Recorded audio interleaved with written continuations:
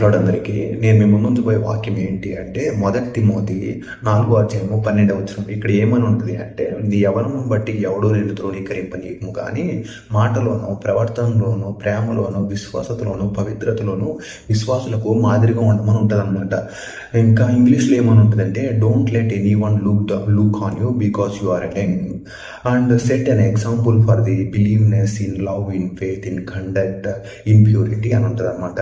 ఇది సందర్భం ఎందుకు మనం ఈ వచనం జ్ఞాపకం చేసుకోవాలో చెప్తాను. ఏంటంటే ఇక్కడ పౌలు గారు తిమోతి గారికి రాస్తారనమాట. తిమోతి గారు యంగ్గా ఉన్నప్పుడు తిమోతికి రాస్తారనమాట ఈ వచనాన్ని.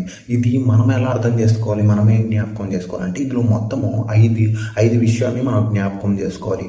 ఫస్ట్ ఏంటంటే ఫెయిత్, రెండోది కండక్ట్, మూడోది లవ్, నాలుగోది ఏంటిదంటే ప్యూరిటీ, ఐదోది ఏంటిదంటే స్పీచ్. ఈ 5 విషయాలు మనం ఈ వచనంలో జ్ఞాపకం చేసుకోవాలన్నమాట.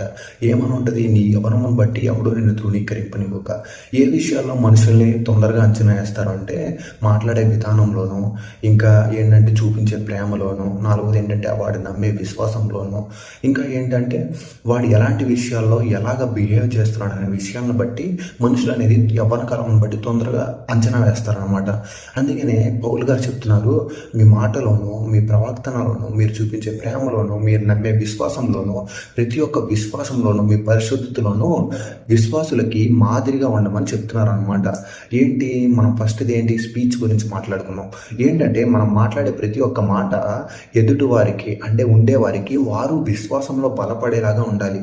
వారిని తృణీకరించేలాగా ఉండకూడదు. మన మాటల్లో ఎక్కువగా అబద్ధాలు ఉండకూడదు, ఎక్కువగా గోసిప్ ఉండకూడదు అనమాట. పక్కవారి గురించి చెడుగా చెప్పాల్సిన అవసరం మనకు లేదు.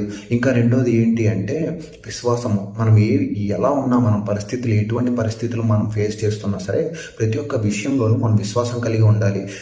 మన పరిశుద్ధతలో మన పరిశుద్ధతలోను, విశ్వాసతలోను, ఇంకా ప్రతి ఒక్క విషయాల్లోనూ మనం 5 విషయాల్లోనూ మనం ఎంతో క్లియర్గా, నీట్గా, పరిశుద్ధంగా ఉండాలి. అప్పుడే పక్కవాడు నీ యవ్వనమును బట్టి నిన్ను తృణీకరింపనివ్వకుండా ఉంటాడని చెప్పేసి ఉంటుందన్నమాట. సో ఈ వాక్యాన్ని అందరూ జ్ఞాపకం చేసుకోవాల్సినంత అవసరము ఎంతైనా ఉంది. సో ఈ చిన్ని వాక్యం దేవుడి దీవించిన గాక. ఆమేన్.